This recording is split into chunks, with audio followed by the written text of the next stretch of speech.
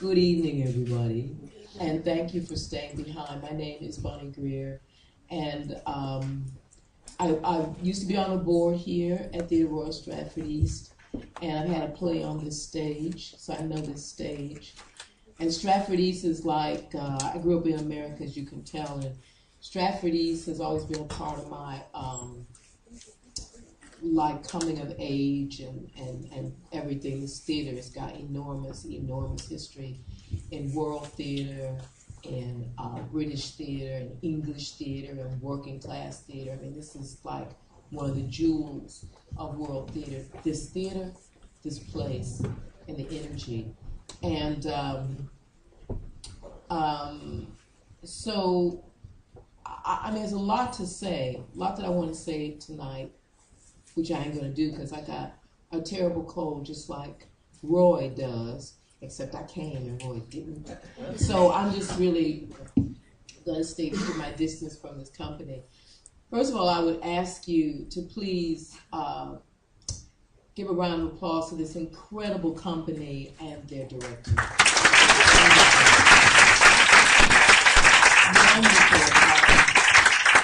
Wonderful, amazing company and amazing performances. I've known Roy for a long time. I knew Roy before he was Roy, as they used to say, and he's one of the great poets of the English-speaking theater. And Roy's very deceptive. He kind of looks like he's writing what you hear on the street, but of course, you don't hear poetry on the street. And this is what Roy writes. I rank him personally, because I've taught playwriting and I'm a critic. I rank him right up there with Pinter. I rank him with Mamet. I rank him with Bennett. I rank him with all those great playwright poets who bring their people on the stage. And his ear is just amazing. He still makes me laugh. And I don't even know how Roy finds all this language. I think he invents some of it, but it's just an amazing thing. So the way I'd like to structure this, if it's okay with you guys, is maybe 15 or 20 minutes with questions on stage, and then open it up to you all out in the audience for reactions, feedback, whatever. This is, let me tell you, for a director and actors and, writer, kind of we don't like facing the audience, I mean, it's like, you don't know what's going to be coming out of people's mouths, and people got to get up on stage the next day. So, I'm just saying that to say this is an incredible thing that they're doing. Let me just start with Marcus, who I have to say the French have a word for the way theater is put together. It's called mise en scène, and it's not just about putting actors on stage and directing them and all of this.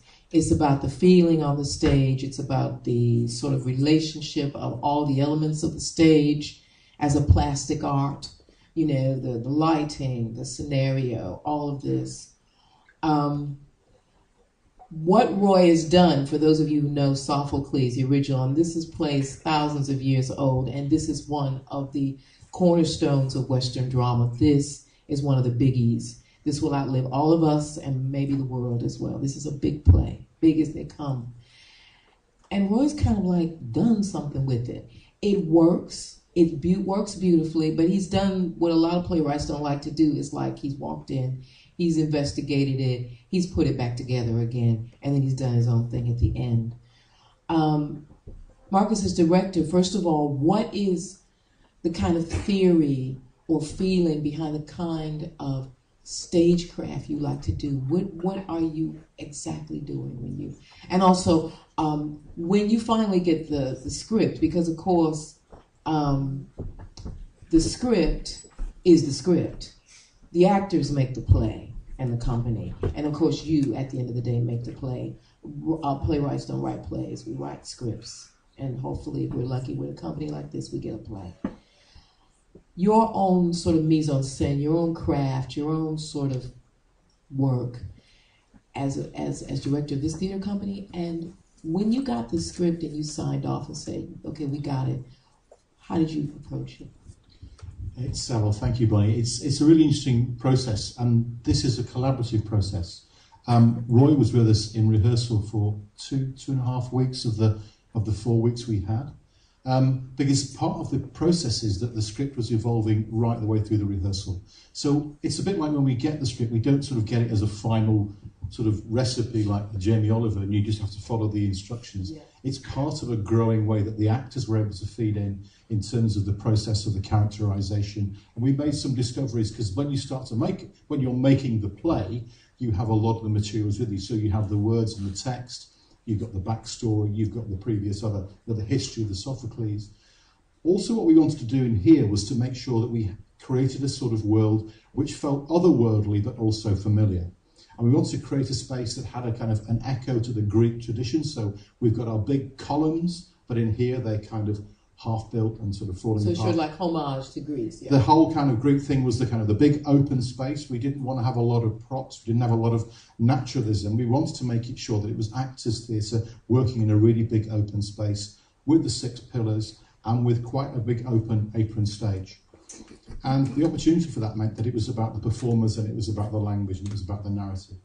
I mean, some of the changes that, of course, had come through, which aren't in the Sophocles, which some people sort of pick us up on, were that Aemon and Antigone don't actually meet in the original. But for us, we went, well, this is a family story. This is about young people dealing with their parents, dealing with their peers. We wanted to put those sequences in, because for sure they would have met, they would have had a conversation.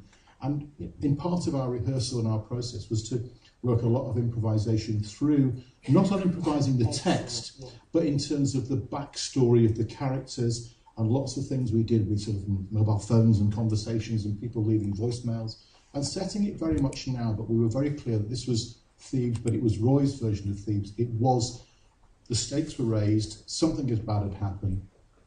And the genesis of this piece is when we last opened the piece. I've done 3 pieces with Roy now. We've worked together over 9 years. And we opened The Loneliness of the Long Distance Runner, which he did an adaptation in 2012. And on the opening night of that, I said, okay, Roy, what do you want to do next? He goes, I've always wanted to do Antigone. So that's where that was born. And we really wanted to make that opportunity happen. So for us, the making of the play, and even when we come back to bring it to Stratford, I mean, we're a company based in York, we're Pilot Theatre, and we made the show in Derby. This is show 71 or 72, because we've been on tour since September. But even when we came here, we did another week and a half's re-rehearsal with edits, cuts, nips and tucks, and little changes in the rehearsal room upstairs to actually prepare it, because it's part of an ongoing process. And for a piece of work that's 2,500 years old, it's right that we should still be grappling and wrestling and making that work in the way that we wanted to do that. And that the work can actually handle that it can actually be there and not sort of wobble under the process of you bringing your energy and all of your collective energy as actors to this. Well, I think it's interesting, the term playwright, it's like a grapple, and it's a crafting. It's nothing to do with writing. It's like a wheelwright. It's really grappling with the work and making it feel, because even though we know the legacy is 2,500 years ago, we're making it for now, we're making it for audiences now, we're making it for audiences who are coming to this theatre right now. And we wanted to make it feel as relevant as we could.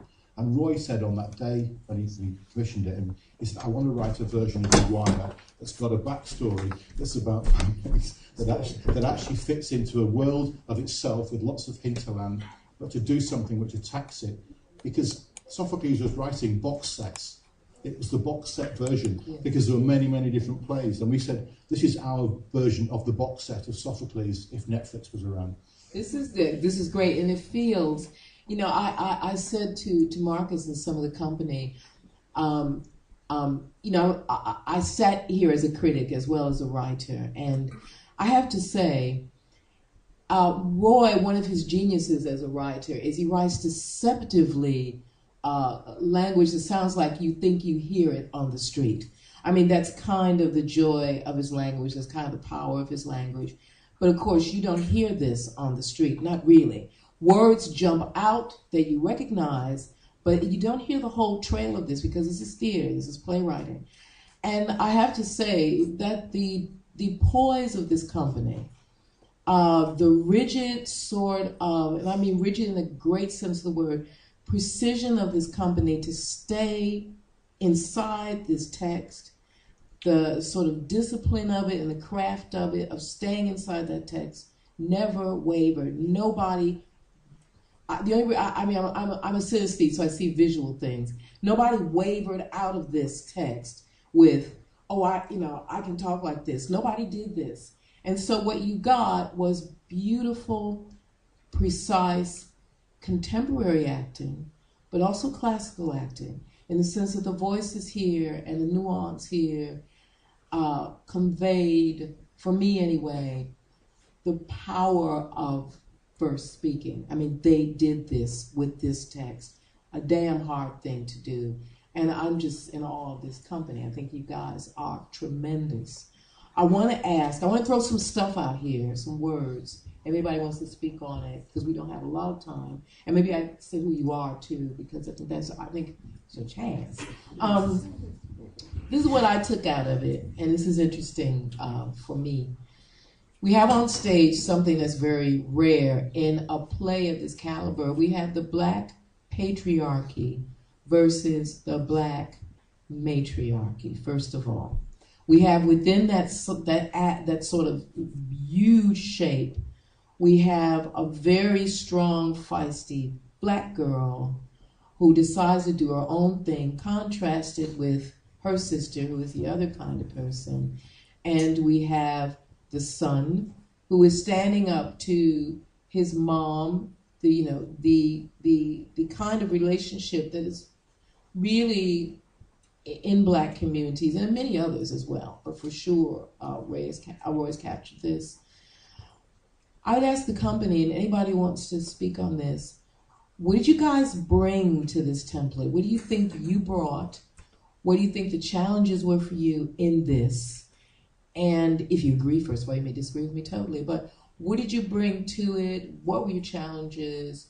What are you still developing? What scared you? Wow, those are big questions. I introduced myself first. My name is Doreen Blackstock, and I played Eunice, the mother, the matriarch. Thank you.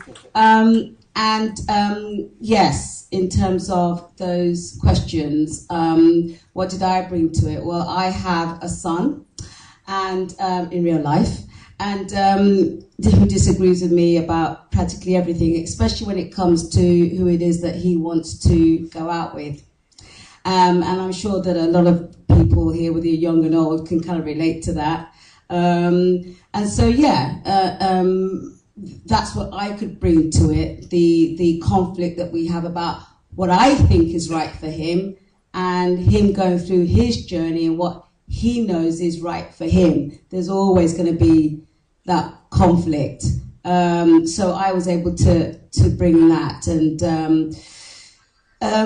in terms of the other challenges, the reasons why I didn't want them in terms of my own journey of coming from a working class, background, and wanted to be something else, and working within this kind of like new environment of, I wouldn't say it's quite aristocracy, but it's not where I came from, and I don't want to be reminded of it. I want to be known for who I am now. And so that's also something else as well, from a working class background. You brought like that drive to be.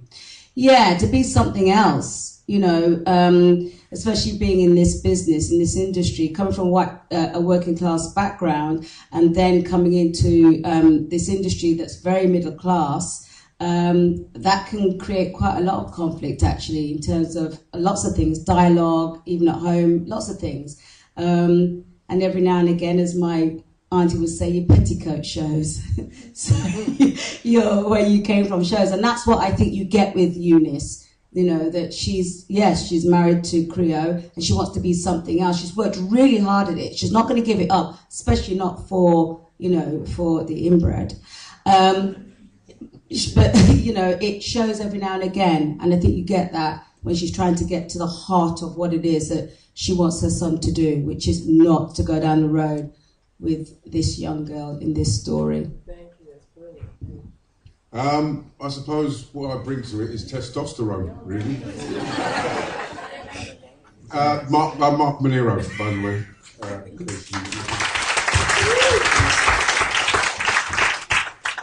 Yeah, testosterone and being a man in the way that playing a dictator, the warring and the warmongering and all that stuff, and just letting your testosterone take it to its level. That's what's fun about playing the part as well. Almost to the evilness of it being having a slight bit of humour in it, that he's almost slightly ridiculous in what he's doing, which people to me that are dictators are quite ridiculous. Well,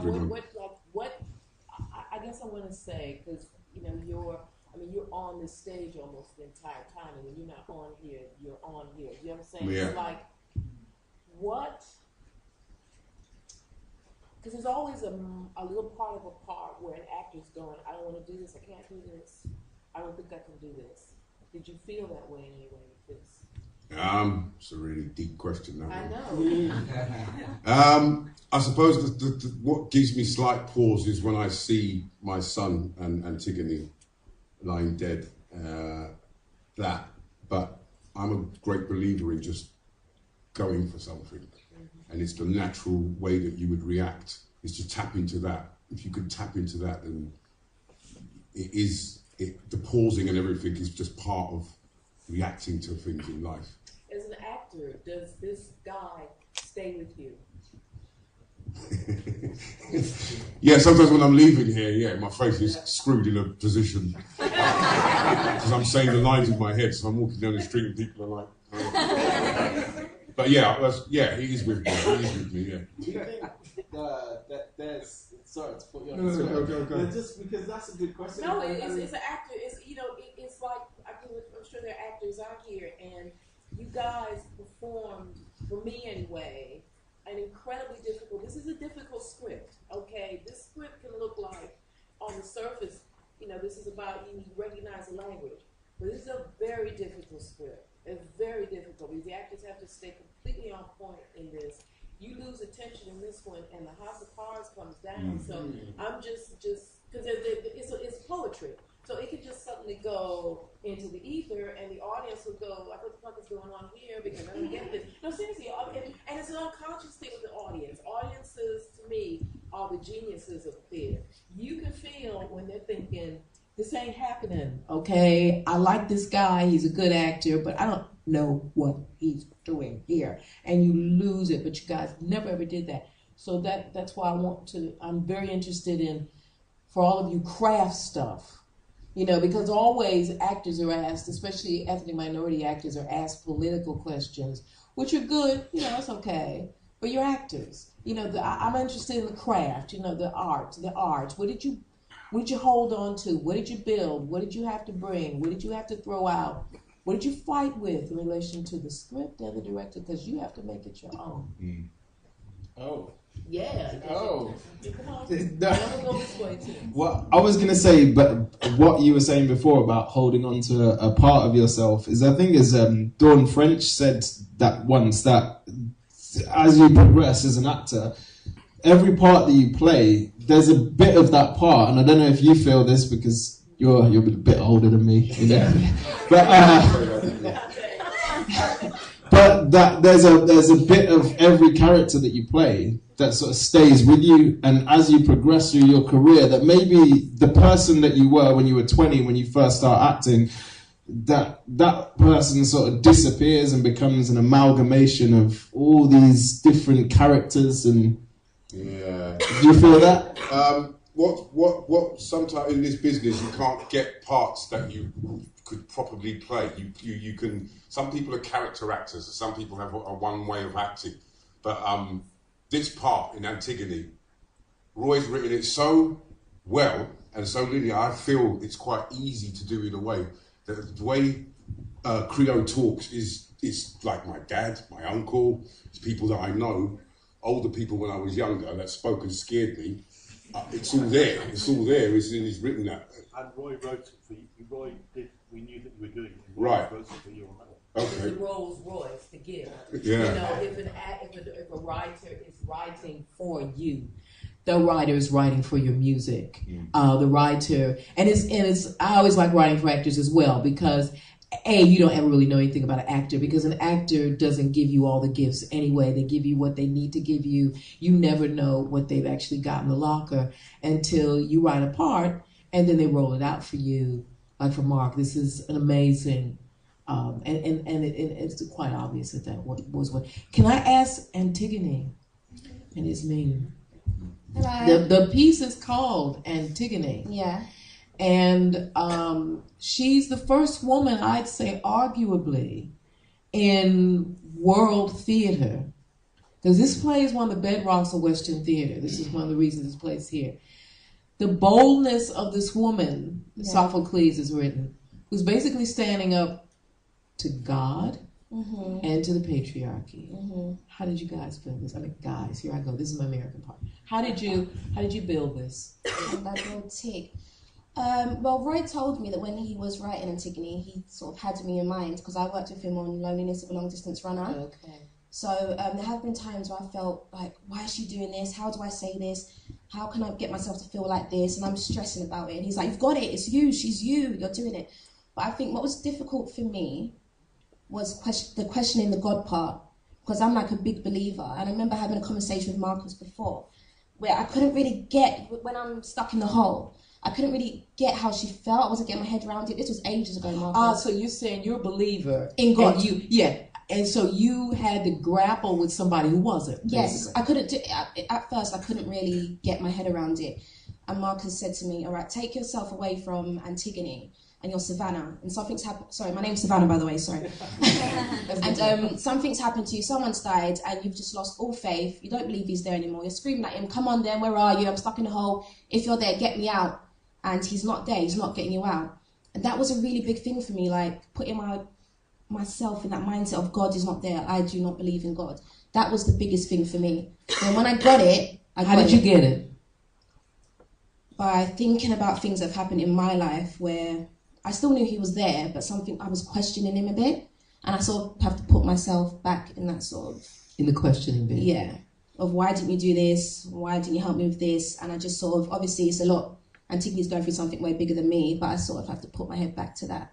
And it's still a bit difficult sometimes, but I'm getting around it more. But that was the biggest challenge for me. Questioning God was the biggest challenge. See, that is amazing because, of course, if you look at it on the surface, you think it's really about, I would thought you would have said, you know, being a young black woman standing up here, basically. I mean, you know, fighting a big, powerful male figure. I'm not scared of men now. No, that was easy. No, what I meant was not being scared, I know. But conveying the battle, conveying it, you know, quite precisely the battle. And it's interesting because now I hear you saying, actually, you were grappling with something much higher than that, and that's how it came through. Yeah. I mean, sometimes I still have to try and get my head around the fact that she is just a young 18-year-old girl, and it is quite a big deal that she's standing up to Creole, the most powerful man in their, well, wherever they're living in Thebes, basically. But that sometimes is, I still have to sort of remind myself, she's strong, but he is seen as the strongest, so still sort of keep that in mind. But the God bit was definitely the hardest for me. That's incredible. Bonnie? Hello. Hi everyone, my name's Frida Till and I play Esme. Excellent. Well done. Thank you. And because you're kind of in the play, you're sort of her foil in a way. In the original Sophocles, you're kind of like the gentle, fragile, wispy. How did you build that into the kind of character strength that you've made? Because you're not just the opposite of your sister. You're something more than that. I definitely think there is something in Esme that she believes in what Antigone wants to do is right. She totally believes that it's the right thing to do. But obviously she's got that inner conflict where it's like, my sister wants to go and do this, but I've lost so much already, and why does my family have to continue suffering for everything that's happened? Why do I have to keep on suffering? It's time for peace now. It's beautiful. But obviously when she's in the hole, she does mention that I would come, you know, Esme will get up, she'll fight, you know. So when she says that, like, I definitely knew when I saw that line that there has to be something in her, that she would stand up. Yeah, for Tig to believe that she would do something like that. So I definitely had to find some kind of balance to show that she could go that way if it came to, you know, if it really did confront her in the face. Like, obviously, in the second scene where you do see me pleading and begging, I was willing to give up my life because, you know, I was willing to give up my life for it. So that is a type of strength as well, I believe.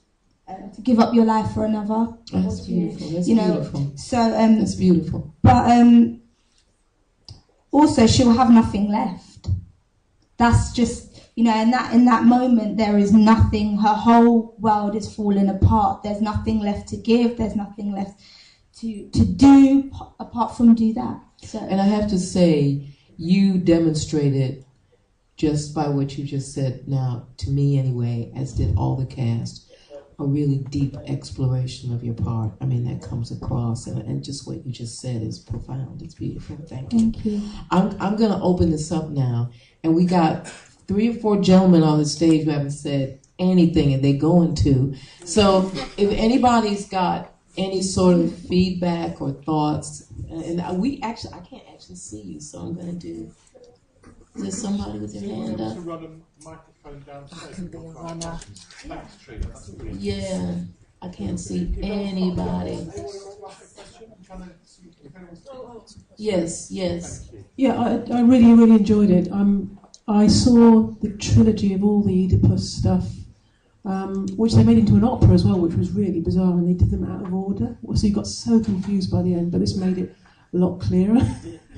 But anyway, I really, really enjoyed it. I just wondered if any of you had seen the original Sophocles and what you thought of it. And I think there's a Juliette Binoche one just about to start, because a friend of mine, when I said I was coming to see it, said, no, it starts next week. And no, it's a different one. Is it tomorrow? But I don't think they're going to do it in quite such an interesting way. I don't know. But anyway, the question is, have you seen the original?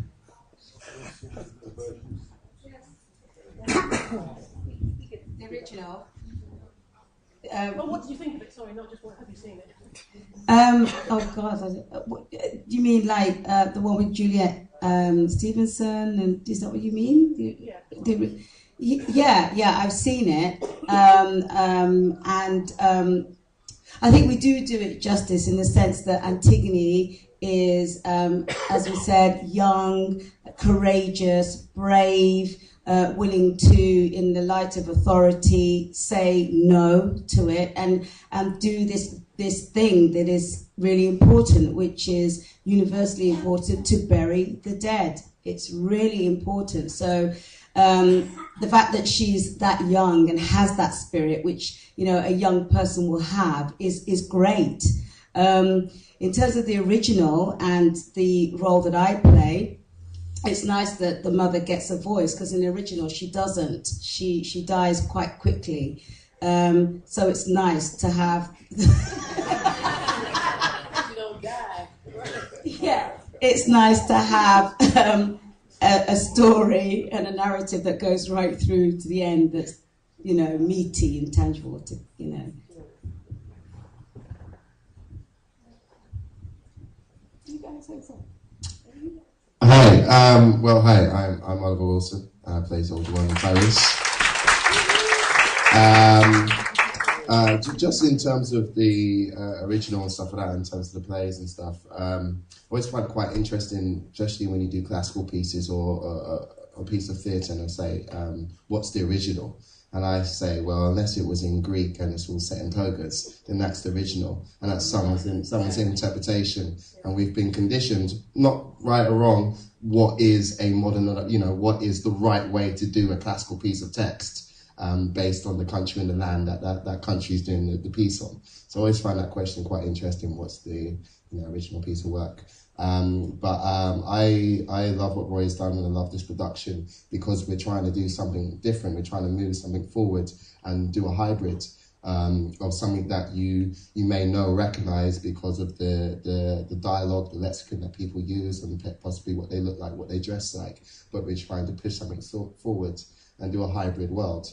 And definitely one of the reasons I wanted to be a part of it, because my characters I play as well, is to make people think universally, and those are universal themes, and that's why it's timeless. So I think it's very important for young people to identify the characters and say, hey, they're like me, but also this is something that can touch anything. And I'm worried about a lot of stereotypical theatre, which people can identify with, but then it blocks them. And for people who are not a part of that world, it also thinks, okay, yes, that's what I think about those types of people, and that's it. So I like the fact that you have a bit of that, but you have a bit of everything. And also, to bring the classical sense of it is great, to inspire people. And if young people come watch this and think, okay, I want to invest in a bit of Greek classical text or Shakespeare, whatever, that's great as well. So it's great to be a part of that.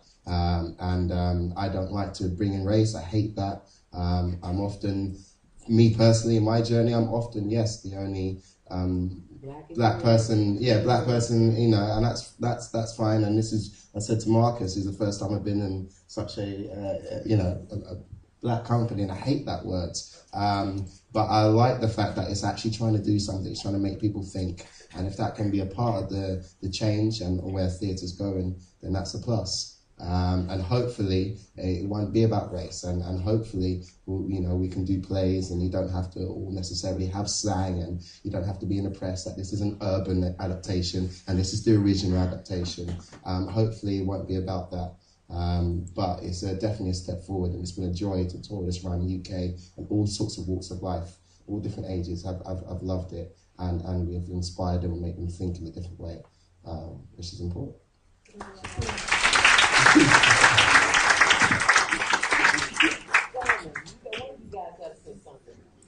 Come on.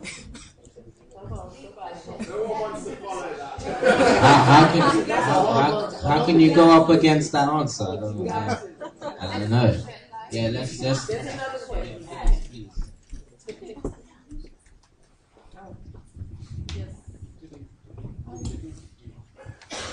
Oh, hi. I'd like to ask: do you see the Antigone's rebellion more as a sense of justice, or is it like teenagers? Because she's that age, isn't it? That sense of justice. It's your character. See, yeah, kind of. Yeah, I think in a way it is a bit about justice more than teenagers, because it's so easy to look at somebody who's young and just be like, oh, you don't really know anything because you're young. Do you know what I mean? It's just your opinion. But as you grow up and you learn about life, you realise, etc., etc., etc. But sometimes it's nice to have an opinion from a young person which is valid, and treat it like it's valid, and not treat it like it's just coming from a young person. So it's kind of overlooked, which you kind of saw in a way with Tig saying that she wants her brother to be covered as Creon, just completely dismissing it. Whether he had his reasons, she had hers. Her opinion was still valid, and it should have been taken into consideration. So I do feel like it is more about justice than teenagers just, But in a lot of the Greek tragedies, there's always the consequences, isn't it? And from her action, there would have been a lot of consequences. So there is going to be justice, but then there's lots of consequences all around, isn't there, afterwards? Yeah. But I also believe, everything happens for a reason. And, when you do the right thing, maybe you'd get the right consequences. Maybe people would start voicing their opinion a bit more about things that they didn't agree about, instead of just keeping quiet and following suit, so. That's a good point. After the show, everybody said, it's going to get out of here. And so articulate. I'm going to have to wind it up. Oh, sorry, can I just say something really quickly? I'm sorry, I've forgotten your name already. It's Paulette. Hello. Get out of here, girl. Come on, Paulette. Come on. You don't need the mic, baby. I just want to say something so quickly. You were talking about being the only black sometimes in a theatre company and having that experience, and you don't like to say that word, but you must embrace it. You know what? My mum told me when I was 6, and I was one of those naughty kids, she was sending me off to brownie camp. And she said to me, Paulette, for the weeks running up to it, I was told, what are you going to do? I'm going to behave myself. What are you going to do? I'm going to behave myself. The day that I was going, she said to me, Paulette, just remember one thing. You are an ambassador for your people. That's never left me. I was 6. It kept me quiet for at least 3 days. But there is something that we absolutely, and this is because it comes from somewhere else, that we are meant to feel negative about who we are. It is an absolute joy, a privilege, an honour. So never forget that, Ben. If you're the only one in the room, how many blessings are you giving them? Yeah. It's so important to remember that. Paulette, these lights, girl, I couldn't even see you back there. But let me just say something to all of you. Paulette Randall, I've known her since I've been in this country. Paulette was a little baby girl.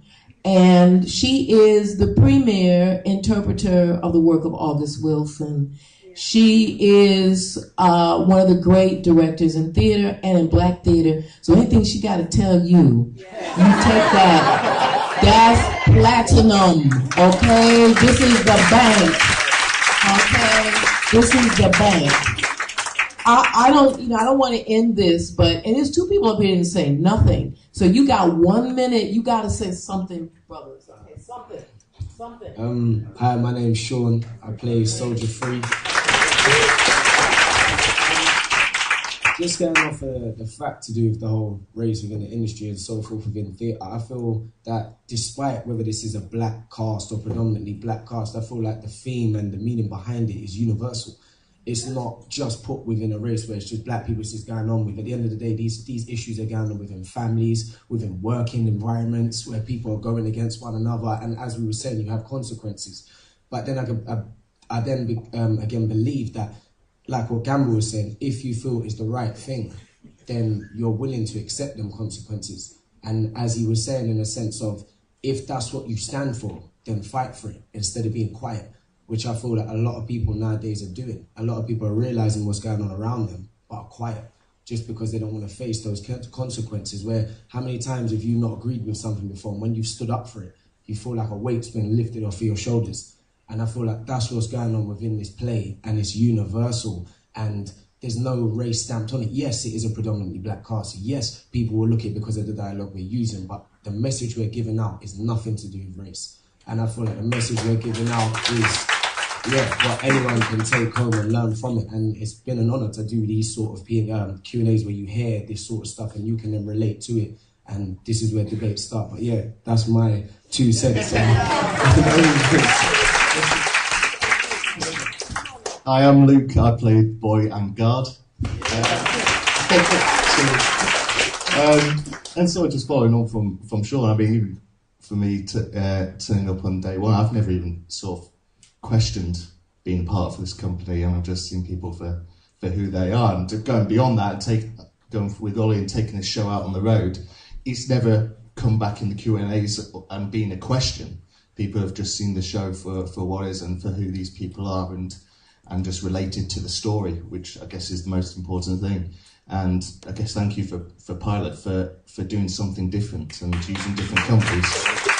But yeah, it's been an absolute joy, and it's going to be a shame it's all done in 2 weeks. Can I just say that on the final Saturday, we'll be doing a live stream on the internet of the show. So if you can't get to see it and you haven't got a chance to see it, it's for free, it's available. It's not NT Live, it's Pilot Live, and we're doing a whole thing with 6 cameras. So please join us. Oh, I forgot to say this was live. I mean, we got live streaming this, so nobody acted crazy. The thing I want to wind up this end this with is to go back to Marcus, the director, to Paulette, director, and who's also a playwright. I've directed one of Paulette's plays back in them. And this is what I believe, and what's the genius of Roy, the genius of this company. You get the universal through the specific. You get as specific as possible, as rooted as possible, as grounded as possible. And then the miracle of the theater, the miracle of art, is that what the audience does is the mirror. They turn it around and they open it like this. And so this is what Roy does with his work. This is what this play is about. These incredible company, this incredible director have rooted this in the specificity of now, so that what happens is that Sophocles' immortal piece of work opens up anew, bigger and bigger and bigger and bigger and bigger and bigger. They've done a mighty tribute to it, and they've also made something new. Nothing is more wonderful in the theater. Thank you all for coming.